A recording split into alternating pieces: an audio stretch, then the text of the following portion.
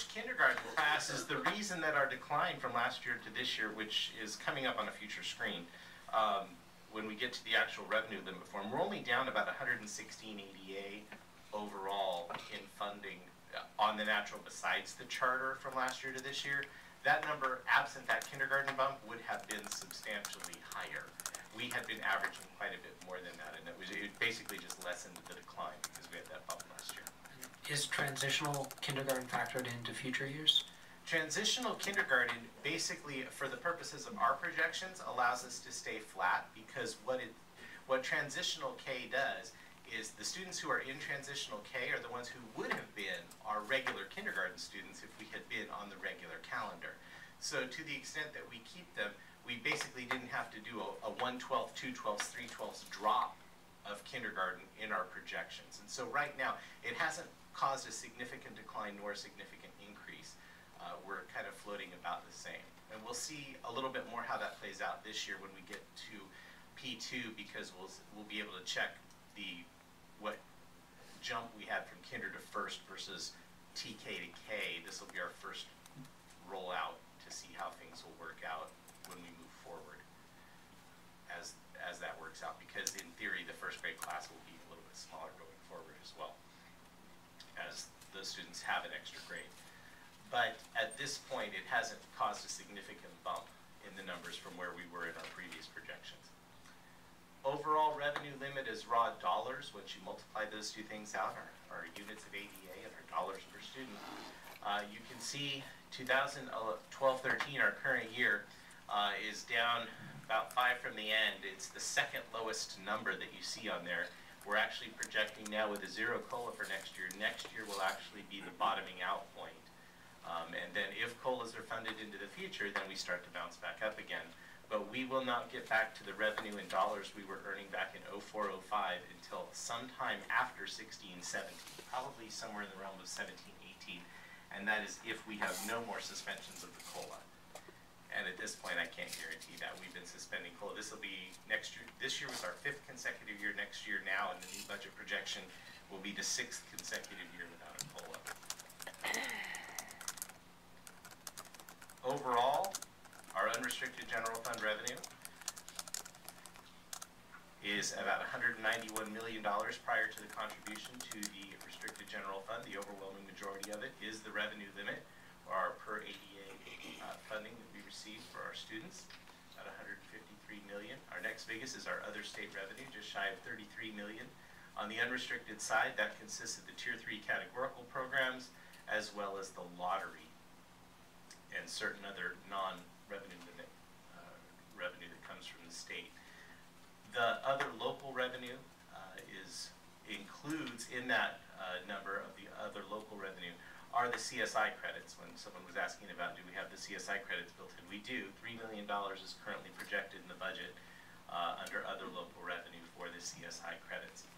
And you might be wondering, why isn't that in state revenue? And it's because it comes to us as a pass-through from PG&E, which is a private entity, so we have to record it as local revenue on our side.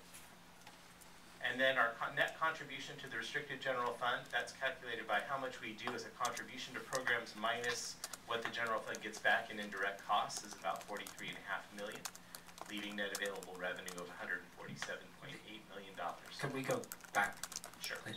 So the $3 million from the CSIs, that's not a complete reflection of the benefit from solar, is that correct? The additional would be a decrease in expense? Yes, and we will get to that when we get to the expenditure side, correct.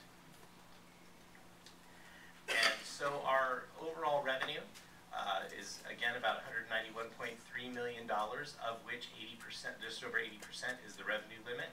But of the revenue limit, about 22.7% of our unrestricted general fund revenue turns around and gets contributed to the restricted general fund to cover programs that don't fully cover their costs, including transportation, special education, as well as the required contribution to routine restricted maintenance fund. Moving on to the expenditure side and getting to your other question, you just asked, Mr. Lawrence. Our certificated salaries are at about $89 million and classified at about $19 million, benefits at $31. In services and operating expenses is where all of our utilities are in the unrestricted general fund, so that's where electric expense is. We actually reduced the electric expense budget by $3 million this year to reflect the savings from our electric bill related to the solar program. So between the two, we have currently budgeted $6 million, $3 million in revenue for the CSI and $3 million for reduction of expenditures. So absent the solar program, when we get to the next 2 slides from now, we'll get to where the deficit is. That number would be $6 million to the worse had we not done that program. We do have interfund transfers out. What that is the deferred maintenance, the small piece of deferred maintenance that's left, and then the majority of that is adult education. Under Tier 3, those monies do a pass-through to the general fund and then get passed through to their other funds rather than going directly into those funds when they come in from the state. So our expenditures are at about $158.7 million. About 88%, 87.6% is salaries and benefits. We expect that in a school district because, after all, we are a service industry. We are people, we are teachers, we are principals, we are administrators, we are staff members, instructional assistants, and all of our maintenance staff and the other workers and clerical staff that we have. That's what drives providing services to students. Then we have the rest of our budget, which actually comprises just about 12.5%. That takes up everything else that we need to run as far as operating books and supplies and things of that nature. Overall, we're projecting a net decrease in fund balance of just under $11 million. That number would be at $17 million absent the solar program, because we would have had $3 million less in revenue and $3 million more in expenses. So that's actually helping us to lessen the effects of the gap that we have in funding from the state. So we're projecting to end the year at about $30.7 million in ending balance. Of that $30 million, we look at the components, there are certain elements that we have to take into account. Revolving cash, $305,000, that's all the different cash accounts throughout the district of all the different departments and sites that they're operating checking accounts. $422,000 we ended the year in stores inventory last year. We have our 2% reserve for economic uncertainties.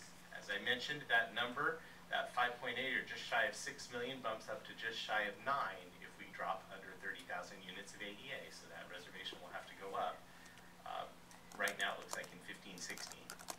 And then the projected ending balances of the Tier 3 programs and the site carryovers, leaving us an undesignated balance of about $20 million, or our amount that's above the 2% reserve.